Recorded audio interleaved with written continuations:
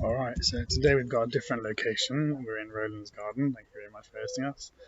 And we've had a quite significant break since the last session. So today we're going to just do a short one, just continuing getting you back into it, and then hopefully that will give us some momentum for next time. Speak louder because there's no walls. Yeah. We'll bring it closer. Okay. Well, should I test the recording? Okay. So what we did last time, just to recap, even though if you're watching on YouTube, you'll be able to probably see exactly what was there. I have to recap because I didn't see it. So last time, this is the fourth session now of the Sefer Yetzirah, of this section, the sessions on concentration meditation from the Sefer Yetzirah.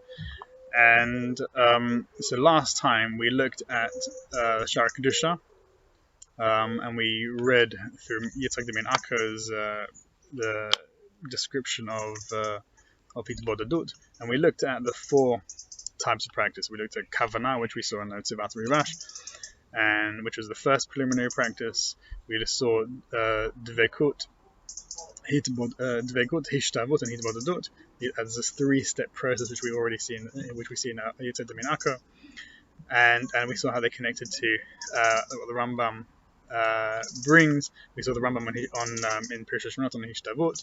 We saw the meaning. We saw Rabbi Avner on Hishtavut, and we saw the Rambam's definition of, or the process of prophecy in the Mishnah Torah.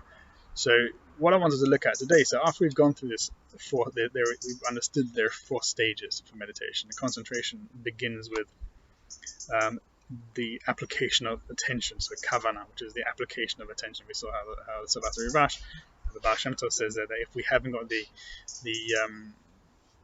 peace of mind, we haven't got the ability to concentrate enough with Dvekut, we haven't got the ability to really bind ourselves to the words and the letters that we are pronouncing during tefillah and during prayer and during learning, then we have to, at the very minimum, apply consistent, sustained attention. This is what he refers to as kavanah. So kavanah will then lead us to that. We'll begin with kavanah.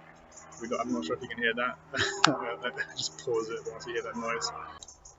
Alright, so after the airplane has gone. So kavanah is the application, the preliminary application of attention, which then leads you to a deeper state of concentration, which is dvekut. So dvekut means the binding, the attachment of oneself, so the cleaving. So dvekut is in a large sense, first of all, it's a mitzvah. The attachment to God is one of the 613 mitzvot, and it is also kind of how we define, or one way of consider the goal of meditation, of spirituality, especially within Chassidut. It's considered that the main thing the main activity, and dvekut is a preliminary activity which then takes you to Hitbodedut, which is that self-isolation, that being union with God. And we saw this in Rambam. This isolation with God, which he says at the beginning there. So isolation, Hitbodedut, means two things. There is external isolation, which is literally being by yourself, and then there is internal isolation, which is a way of just being with you and God. The removal of physicality, like we saw in the Chochmah. And then there's another airplane now. Let's see if we can go through it.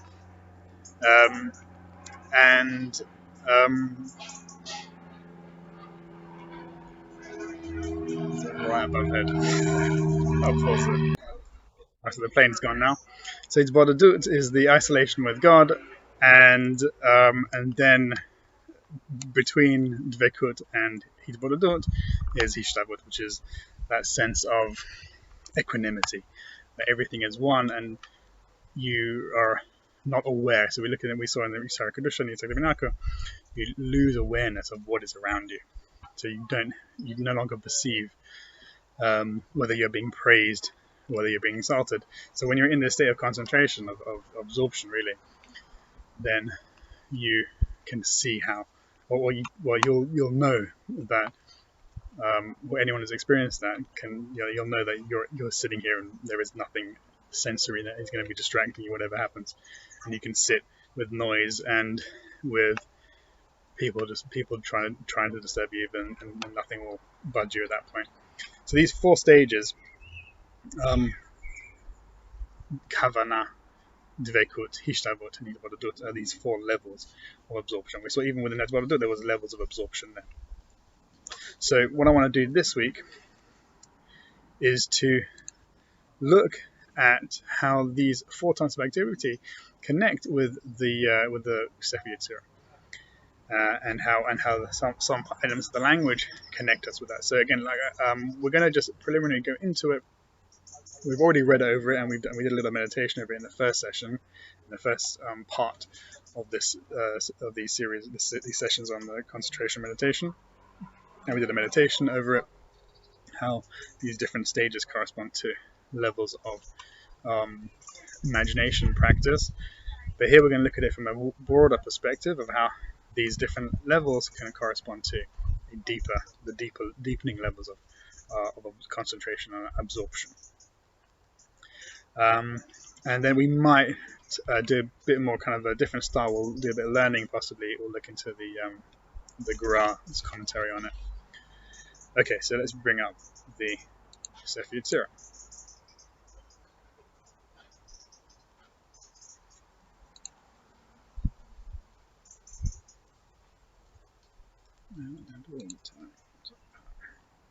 There it is.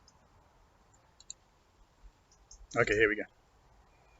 So again, this is what I call the second part of the Sefer Yetzirah, which is the last 6 Mishnayot of the first chapter in the Gra version, and we're looking at the third of that section, the third Mishnah of this section, which is the 11th Mishnah of this chapter.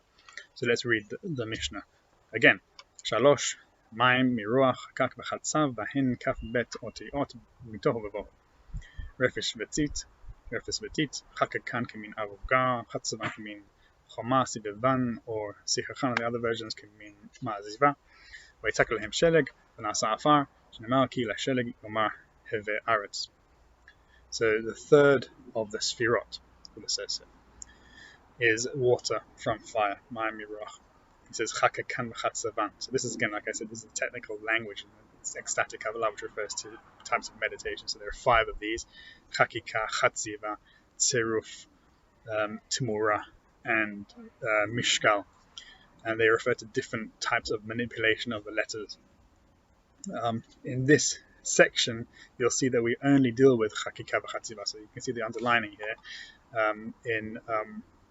in the second sphere and in the third sphere, where we see chakak v'chatzav. So we see only these first 2 of these things. In the next chapter, we'll start to see tziruf and how we can then, that is a deeper level of meditation. That's a different level. Actually, tziruf does correspond to hitbodedut. So it can, even though again, this section is a broad outline of the practices of the Sefer Yetzirah. And so next section, we're going to look at how these same principles are going to be applied in the rest of the Sefer Yetzirah. So this is a general overview of what we're going to be seeing there, and including also the previous section of the Sefer Yetzirah as well. So we're not seeing it as, it's not actually separate. It's all part of the same process.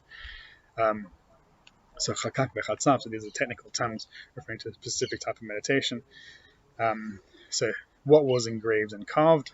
The 22 letters, and they were engraved and carved from tohu v'vahu, emptiness and void. So this is a word, or 2 words which occur in the creation process, and the world, it says tohu v'vahu. It was empty and void, and the Mefarshim differ as to how they explain it, and the Kabbalists also. And refes v'tit, which is mire and clay. Chakakan can mean, again we see this word chakakan, chakika. Chakakan can mean aruga. It was engraved like a vegetable bed. Chatzavan can mean chokmah. It was carved like a wall. Sivevan, which means encircled, which doesn't quite make sense with what is it being encircled. That's why other versions will say sichechan, which means covered, or like schach, covered over. So it was, anyway, this version says sivevan. It was encircled. kemin ma'aziva, like a sort of ceiling, v'yitzak alehem sheleg, and so v'yitzak means somebody, v'yitzak alehem sheleg, or either, because it can be read as v'yitzak, or in the third person as he did this, or you shall do this, v'yitzak alehem sheleg, that you should, or he poured over these letters snow, and they shall become dust, or dust. And this is, then he brings a pasuk as it says, Ki lasheleg yomar ha'aretz. Because to the snow he says, become the earth. So I just want to go over again without making another noise of the great aeroplanes here. So I hope it's not too distracting. Let me just pause it. Actually, it's not too bad. Okay, so you can notice here, someone who's astute watchers can see that we have four lots of four here. Actually, you'll probably know because we already did this in the first of this first part of this section. So we have 22 letters engraved and carved from tohu v'vahu, chaos and void, refes v'tit, mire and clay. So these are four things, and connected to these four things are the engraving like a bed, like a vegetable garden, the carving like a wall. So you have, this is what we looked at in the first section. So we have the ground. So when we when we use an imagination practice, we first imagine, visualize the place beneath you, the ground beneath you, and then we move towards the walls, the sides around you, and then we move to the ceiling, that which is above you. And then this fourth process of pouring snow onto them and them becoming dust. So on first view, it seems like you can connect these four elements, these four things, four words, tohu v'vahu, refes v'tit, to these other aspects. So tohu v'vahu. So that's why Ari, in his commentary on the Sefer Yetzirah, he says that all these spherot are the spherot of tohu, of the world of tohu. All the spherot of the Sefer Yetzirah. The Sefer Yetzirah is talking about olam tohu. So that means olam tohu means olam nekudim, the world before, or the world of the breaking of the vessels, and not referring to the olam birudim, which is the olam tikkun, which is when things become repaired. But that means it's talking about specifically these independent individual spherot.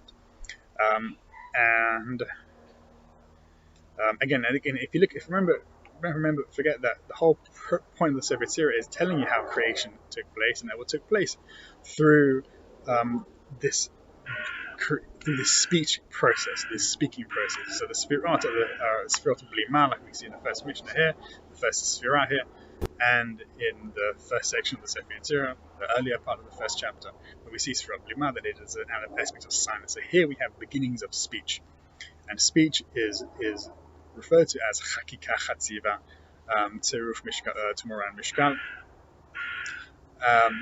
and in this particular thing, as hakika, like a bed, chatzavan, like a wall, etc. So this is the way I look at it as well, is that you see tohu v'vahu is the beginnings of, and refes v'tit is you're having a deeper level of mamashut then. So tohu is like a nothingness, and bohu, the Kabbalists note, is bohu, it is within it. So tohu is like tohu, like I think Rashi says is lashon mitaher. So it's astounded. It is there's confusion there. It's like we don't know what's there. Bohu means literally it is within it. So the Kabbalists note that bohu means it is within it. So there is some beginning of substance there. And then refes is maya, which is a combination of water and clay. So first of all, this Mishnah, this Sphira is mayim, water. So we see refes is already the beginning of water. Then tit is clay. So clay is physical. So we will begin with astonishment. Tohu as a what is it? Astonishment. and then we have some kind of substance. We don't know what it is, but it's something there. There is something there. Then we have reference. We have something actual, something tangible there, but it's still murky. And then we have tit. We have something physical there. So you can see how this process, and this is the same process that we see in meditation. That we see at the beginning of. So what is the substance that is being formed here? So the substance, from a meditation perspective, from a concentration perspective, is the absorption state. So that state where you're moving away from the physical sensory experience, and you're moving more towards that absorption state. So again, if somebody hasn't had the experience of absorption, then it's mitahed. They're confused. Like, what is it? Like, what are you referring to? There is an astonishment there because they don't know. People don't know what it is. So the more you practice it, then suddenly you'll start to see bohu. Suddenly, when you meditate for more, when you do concentration practice, and you become more, you perfect it more, you become better at it, then suddenly you'll start to see bohu. You'll start to see something there. You'll start to see a change in your mind, in your mental state, a change in the quality of the concentration. And then after you have bohu, then there's something that is there. Then there's reference, and you know something is there. You have that, and then again you move further on.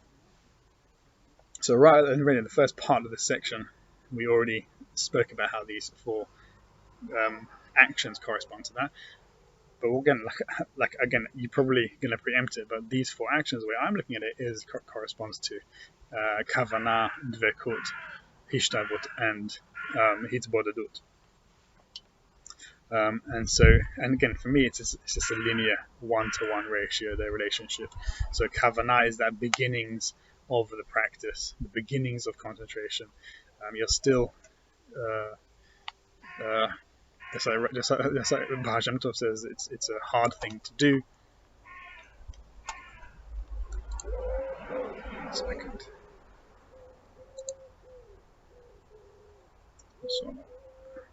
Yeah. So he says that the beko can be difficult, can be tricky.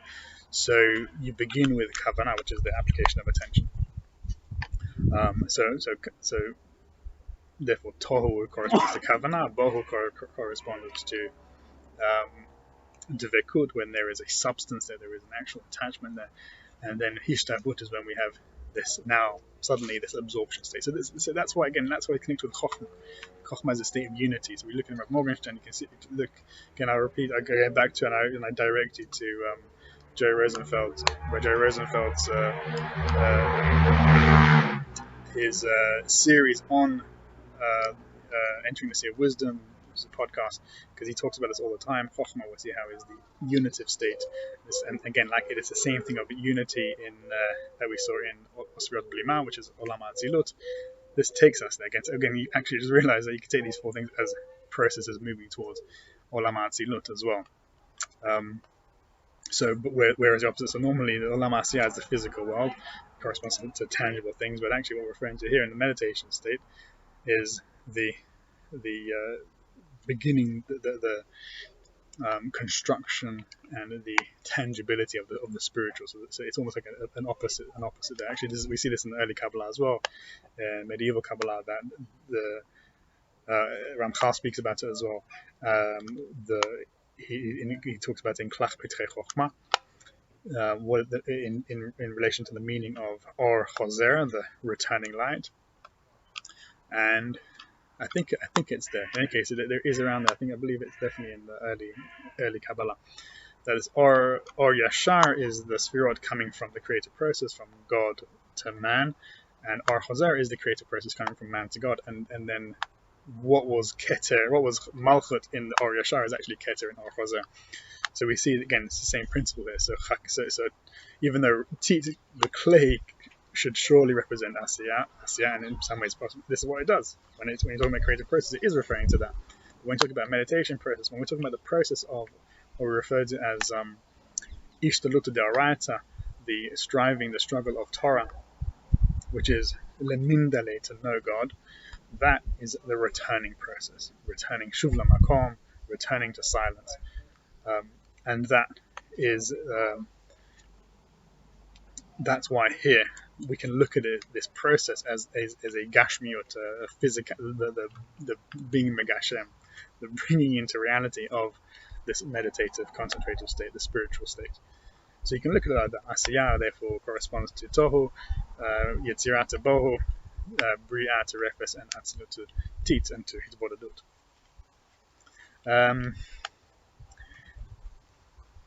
So this is just really just a pairing up, this is the beginning of it, just pairing up what it refers to. Now let's go into a little bit more linguistic understanding of it. You have a question? Okay, 1 second. Just going to sorry, I'm going to get my dinner. Really cool.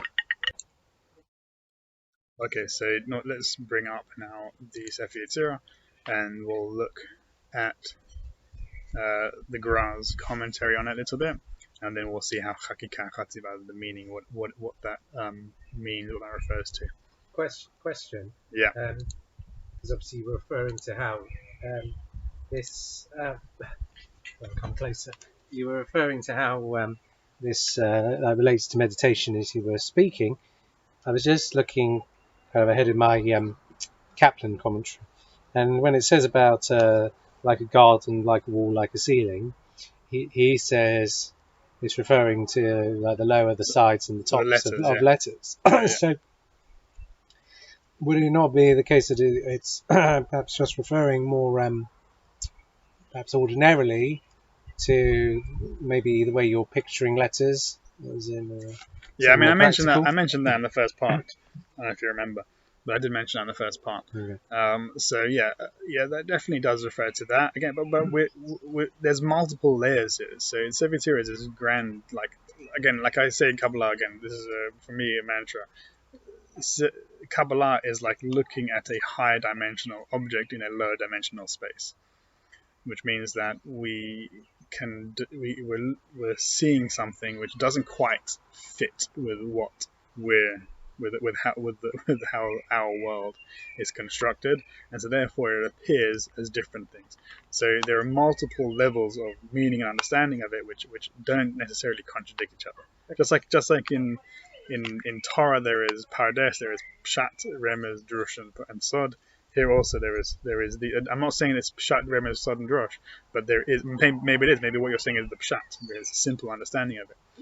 But again, we're allowing for this interpretive process, and that is the fundamental principle of rabbinic Judaism.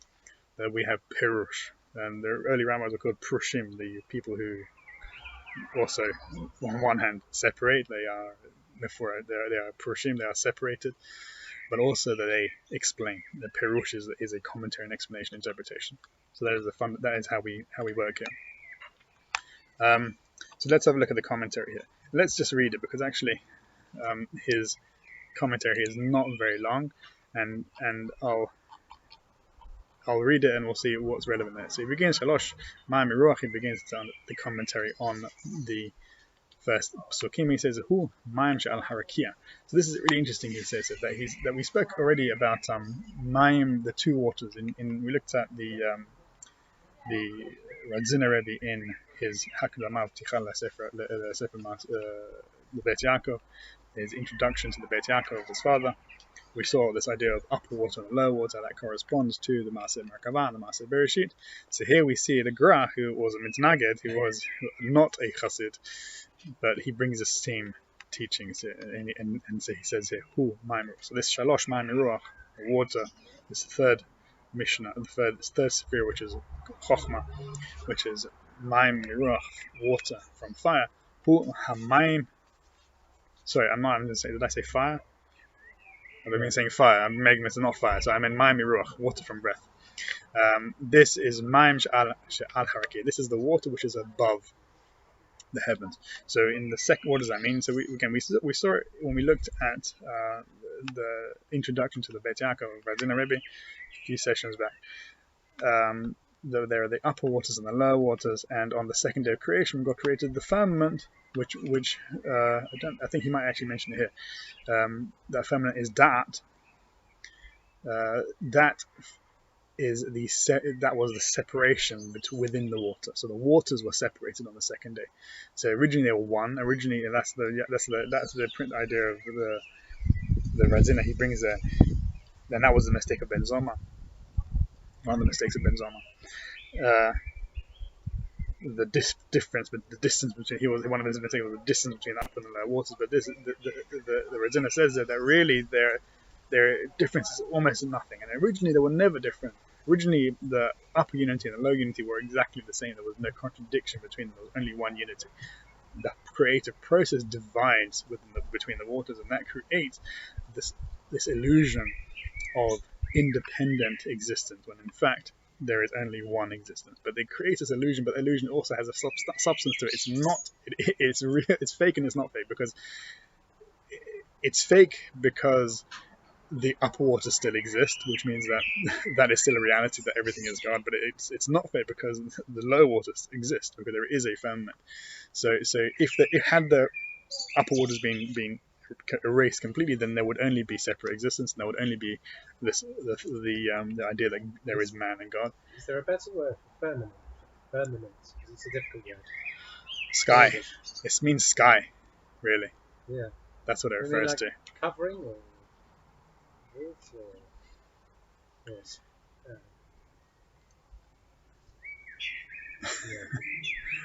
It's such a useless word in English because it's never used to describe anything else. That's true. I mean, it means sky, doesn't it? Sky. Anyway, let's not get bogged down. Raqia is a good word for it. So here, he says that this shalosh ma'miruch, this third sphere, which is water from fire. I said fire again. Water from breath. Hamayim she'al harkiya. This is the water which is above the rakia, i.e. the upper unity. Everything is one. Everything is God. It's atsilut. It's Olama-Sfirot. It's Sfirot blema. That's silence. And it says shebo kol hagalgalim והכוכבים והוא תחת הרוח. And he says within. What he says here. Within this upper waters, within this water which is above the raqia, is all the spheres and the stars, and they all come from ruach. Zehu בעולם. This is within. So he's now making this distinction. Let's see this episode later on of universe, time, year, and man and nefesh. These are the three aspects of creation. So again, I don't really understand what he's saying here, because it doesn't really fit with what we're referring to. Upper waters normally refers to like galgalim, kochmah. These refer to olam ha'asiya. They don't refer to olam ha'atsilut. So I'm a little bit confused by what he means here, what he's trying to say here. I don't know if he talks about olam ha'atsilut later on. Let's see.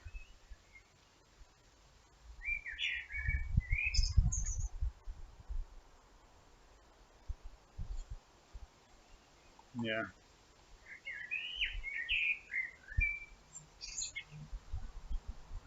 I thought I saw it here, which is why I'm looking. I can't see. Oh, he does mention over here. Okay, so let's read the whole thing and then see what he said. Let's see if we can understand it. Okay, fine. So let's just take it at face value.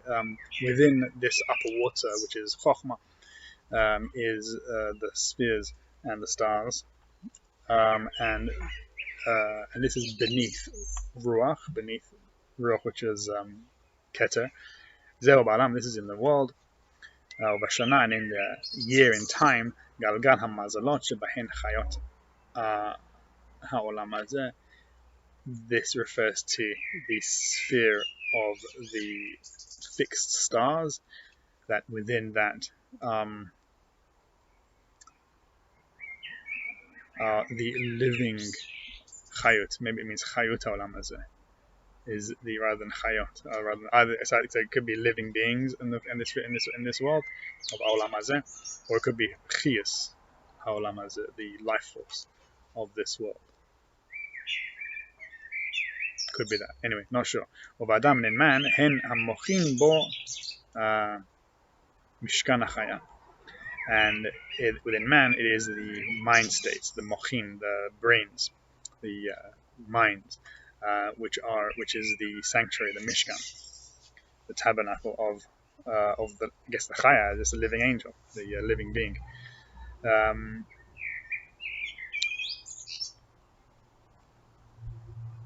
And then he says, "Vehen בעולמות אצילות קדשו." So these are in the universes of atsilut. May he be blessed. ובספירות חכמה.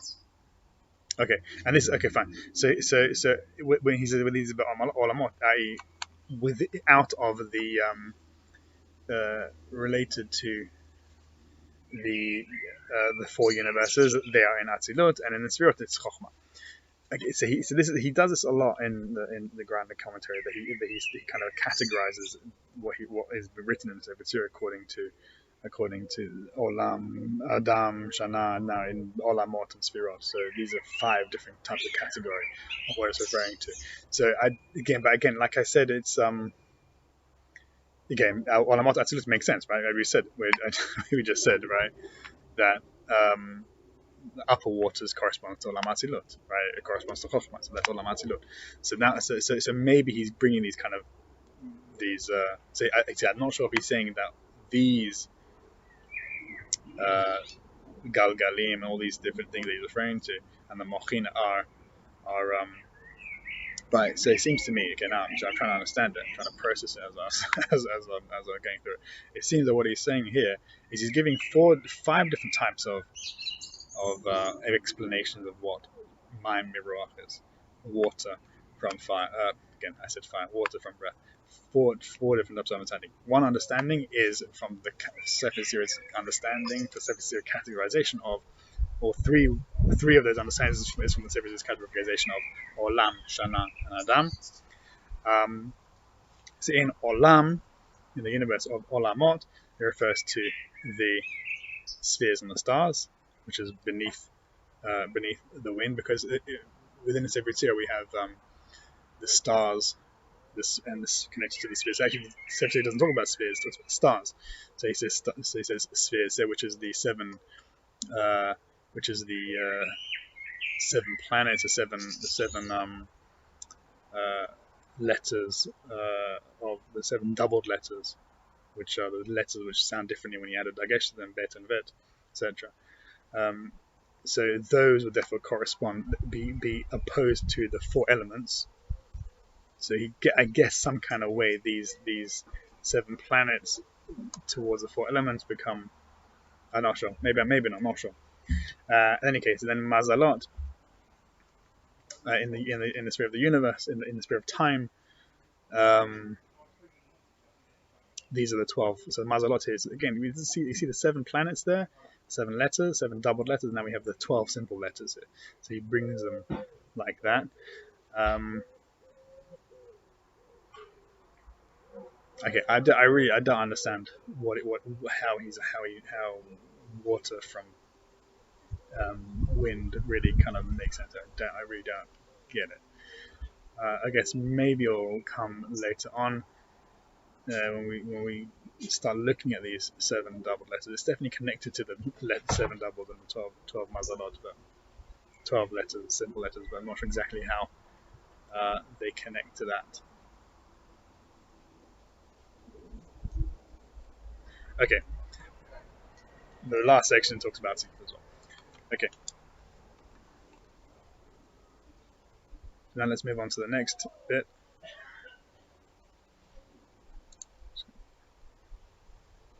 Just going to pause, wait for Roland to come. Okay, so the next bit he now starts to explain, and this is one of the things I wanted to kind of have a look at. He says, so he begins the section on Tohu Vohu, reference to these 4 things. Okay, now he said,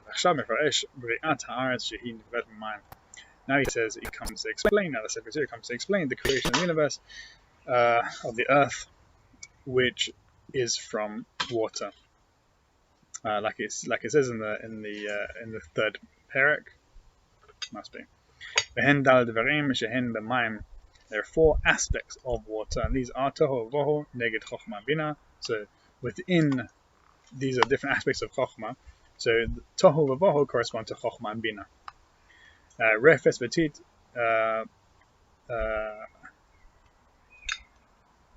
refes v'tit, he says, are within the tehom. These are within the depth, which is what we see. He's referring to the Maaseh Bereshit, the narrative of Maaseh Bereshit, how it says ruach Elokim merachef al panei tehom, God's present spirit is hovering above the depths, and he says that is keneged, is opposite the vav katzot and malchut, which is the 6 spherot of Zera and Pin, from Chesed to Yesod and Malchut. And so yes, we see interesting, just like I said earlier on, that these 4 things can we look at the 4 universes. So exactly what he says. Chochmah, well, in different ways. Chochmah bina, refes v'tit. Again, he's bringing the creative process. How I looked at it beforehand was the opposite. Ohr Hozer, which is the other way around. So I said that Toho would be Asiya, which there will be Malchut, but he's looking at it from the creative process. This is how he's reading it, because that's really the purpose of the Sefer Yetzirah, is to tell you how the creation came to be. So he's not reading as a meditative text in this context. Any case, now he goes on. He says, "Refes hu raqaq shebon nivra of hashamayim." Raqaq. Do you know the meaning of raqaq? I'm not entirely sure what the meaning of raqaq is. Let's have a look.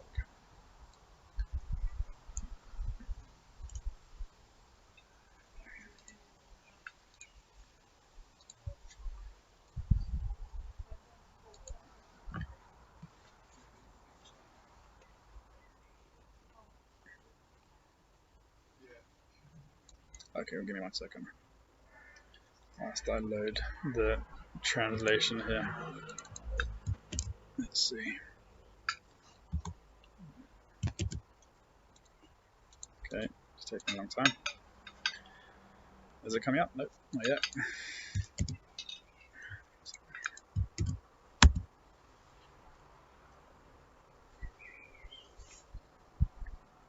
Oh, bear with me. Raqaq, Talmudic, or swamp bog marsh bayou. There you go. Learn something every day. So, where am I? I don't know if you can see this. Maybe you can see this. Let me go back on to the other one. I imagine my battery is running out, so I'm going to have to end it soon. But we're on the last section anyway. So this was the Maya with which the swamp with which the off Hashemayim, the birds were created with. The tit bo nivru chayot haaretz, and the tit, the clay, is that which the animals of the earth were created with. And that is to say, the vav katzot v'haaretz malchut. Sorry, Hashemayim is vav katzot. The heavens are the vav katzot. That's why, I guess that makes sense why the birds made from there. And the haaretz is malchut. Haaretz is vav katzot will be chesed to yesod, and then haaretz is malchut, and that would be the earth itself. And now he comes on and says something which we mentioned a few times before: the rashi tevot of these 4 things, tohu vohu, refes v'tit, dvarim hen gematria taria. So they are the gematria of taria, shehu gematria Torah, which is the gematria of Torah, and gematria of Torah is ratzav v'shov, like we've seen before. And so we again see this process of ratzav v'shov, running and returning, the silence. So silence and speaking. So this is again the central idea within Ecstatic Kabbalah, is that we use speech to return to the silence. So we're going in this process of ratzav v'shov. That's why the hakika is we're bringing speech to go into an absorption state, so going into silence. And so eventually these 4 elements, kavanah, dvekut, eshtavut, and hidborodut, will lead us to blima again, will lead us to the silent place, and that is that ratzav v'shov. Again, we see this already in the rashi tevot of Torah bohu refes v'tit. And he says here, shehen, and Torah is shehen min kaf bet otiyot. So the Torah is made from the 22 letters shel mayim, of the water, of chochmah v'Torah mitchilat. And the Torah begins with a bet. So bereshit rakim mishas ma'aretz, and it ends with a lamed, And this is Keneged Lamed Bet Netivot. So this is the 32 paths of wisdom, and that's why the Torah begins with the Bet, ends with the Lamed, in Bezot Bracha, ends with the Lamed. And we have these 32 paths of wisdom. Okay, last bit, which is because I'm worried that my battery's going to end. Okay, so this is the explanation of Chakika v'Chatziva, these principle practice. So we spoke about Kavanah as a generalized principle of concentration, of the application of attention, Dvekut. Here we have Chakika, and so we saw that Chakika corresponds to Kavanah and Chatziva corresponds to Dvekut from that perspective, because Chakikan can mean aruga. Chakikan can mean aruga, that he engraved them like a bed, and Chatzivan can mean chomai, that he carved them like a sort of wall. So he explains it here in the ground in a very simple way. So Chakikan can mean aruga, the engraving like a sort of bed. He Chakikat ha'otiyot. This is the engraving, beginning the engraving of the letter Kalmala, like I said before, כמו שזריעה שזורע מיני זרעים בערוגה. כל אחד לבד, like when he is planting something. That's why you talk about vegetable garden. When you're planting something in the ground, you do it one by one, each plant at its own place. And so this is the engraving of the letters like that. וכולם קבועים בערוגה, כמו שכתוב. And every one of them is planted in its own little row, and that is what is in the second parak. Chatzivan can mean chokmah, and Chatzivan can mean chokmah. This is the engraving, the carving out like a wall. He chatzivat ha'otiyot k'tzkalamala. This is the carving out of it, like I explained before above. And can mean chokmah, like a wall, and this is the rala sharim. This is the 231 gates. So this comes later on. We'll talk about the 231 gates. Panim ba'achor, which are backwards and forwards. והוא בגלגל, כמין חומה. And that's how he understands it. Now that actually, I said he was in a Pasha way. Actually, I forgot. Actually, the Pasha way is the way the Ari Kaplan brings in his book. And actually, I just looked at the Abulafia and Ohr Hozer, and he brings also the Pasha way, which I'm going to share with you now. Where is it? There it is. So this is Abulafia, and this Ohr Hozer. This is the chelik kuf, the 100th part of it. So he says da. So he's done an explanation of he's doing an explanation of tzeruf and all these different 5 elements. And it begins here. Da ki besefer Yetzirah lo matzano ki im b'derech achat mevo'eret. We haven't v'hi tzeruf. He says that that in the Sefer Yetzirah we haven't seen one explanation of the practice except of tzeruf. That is the only explanation of a practice we have for meditation. So that is true. the only he says the only explanation of any practice in the Sefer Yetzirah is tzeruf. Doesn't explain how to do anything else. So it says oneg nega. So we see how that works, and we've seen how the explanation of tzeruf and aleph bet and bet and bet and aleph. He means tzeruf not as not as in the different. So sometimes people would refer to tzeruf in permutation as just like the catch-all for all these sorts of techniques, which involve changing letters around. As opposed to saying the specific technique of tzeruf. The specific technique, there are 5 different things: Chakika, Chatziva, tzeruf, Tmura, Mishkan. So he says that the explanation of each of these techniques, the only one which is explained in the Sefer Yetzirah is tzeruf. And he's right, because so he doesn't.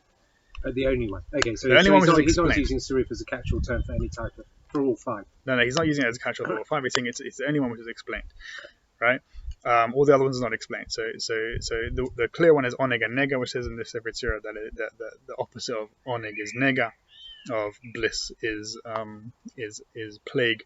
And then we see again in when he talks about 231 gates of aleph is with one of them, aleph is with all of them, and all of them are with aleph. Bet is with all of them with bet. I think it might be the 6th chapter actually.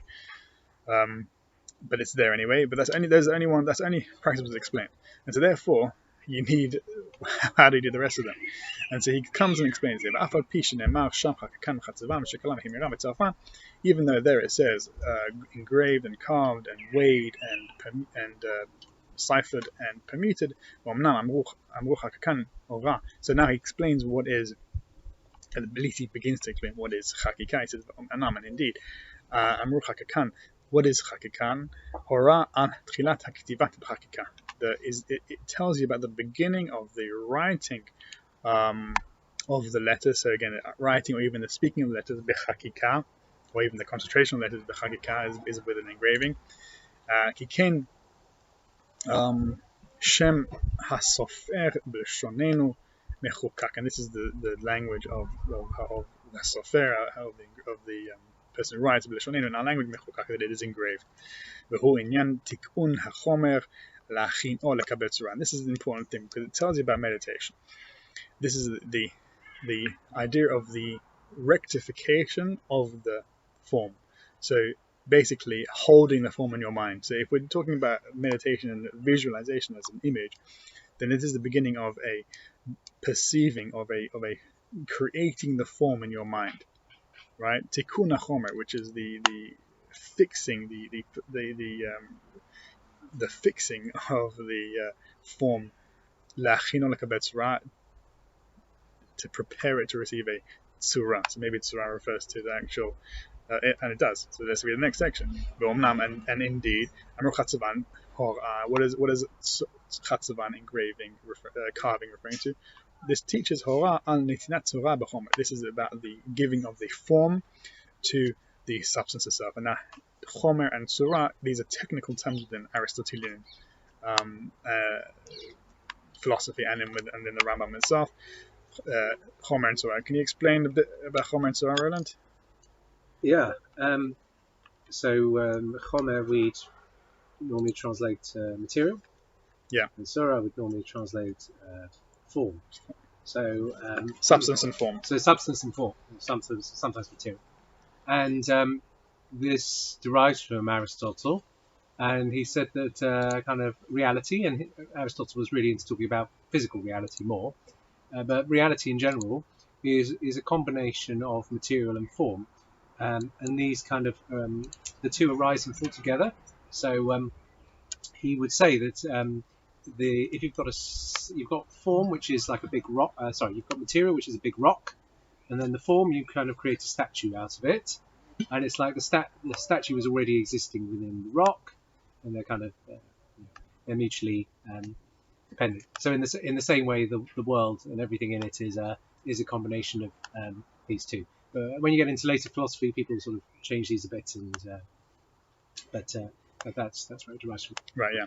So tzura is in the Rambam again is a higher level of the thing itself, and the chomer is a lesser kind of level. So again, in meditation, the chomer would therefore be, going to what he's saying here, is that preliminary substance that is tohu. It's still like, what is it? But it's the beginning of something. You can see a chomer, they can see substance there. Then there is a tzura. When we clarify the letters and the sounds in our minds, and then we can become more absorbed in it, and actually we can see it there. It actually becomes more physical, more tangible, and that is chatziva. So in meditation, again, that's why I'll finish this because my battery is literally about to run out, and then maybe we can return to it next time. Inside? No, we'll just finish now. And so chakika, chatziva, you can look at them as this idea of the beginnings of this absorption state, this concentration state. So within chakika, within kavanah, what we have is application of concentration. So chakika is this application of concentration, and it needs to be renewed every time. So chakika can't be done. It doesn't stand alone. It keeps shifting and changing. So in order when we begin meditation, we have to keep applying attention, keep applying our concentration. So this is this applied consciousness or applied concentration. That is chakika. It needs to be continued. It's a continual process of doing so. And therefore it corresponds to chomer, it corresponds to tohu. What is it? But then we have the next level of concentration, which is chatziva, something which stands by itself. It doesn't require the application of concentration anymore. It's there, and it continues to exist. So you just have to kind of like put it into your mind, the letter or the word, whatever it is, and it will sustain it by itself. You don't have to apply the attention and the concentration on it. And that is why it's called, you can call it sustained concentration, sustained consciousness. So these are really important aspects of it, because it gives you a quality to when you meditate. So when you meditate, if you notice that you keep having to return to the object of concentration, you keep having to return to the shape of the letter or the sound of the letter, then you're in the kavanah. That's what's called kavanah. I've certainly seen somewhere, maybe not in relation to Sefer Yetzirah, but the idea that there's an imprint of light and then it leaves. Yeah. And this is like, if you see a bright light and then it stays with you. Right, I see. That's what you're saying, yeah. Could be compared. Could be compared to that, yeah. Yeah, as in, like, it's gone, but there's it leaves a trail. Right. Yeah. So we have. I'm going to finish that because my battery's literally about to go and I'm worried the video's not going to work. So let's just end with this. Raqia is this kavanah is qualified by this idea of the application, the need for the continuous application of concentration. When we in dvekud, it's already attachment. It doesn't require the application. It is sustained. It is a sustained level of concentration. It is chatziva, right? It is the tzura. The form is there. Anyway, so let's leave it there, and B'ezras Hashem will carry on next week.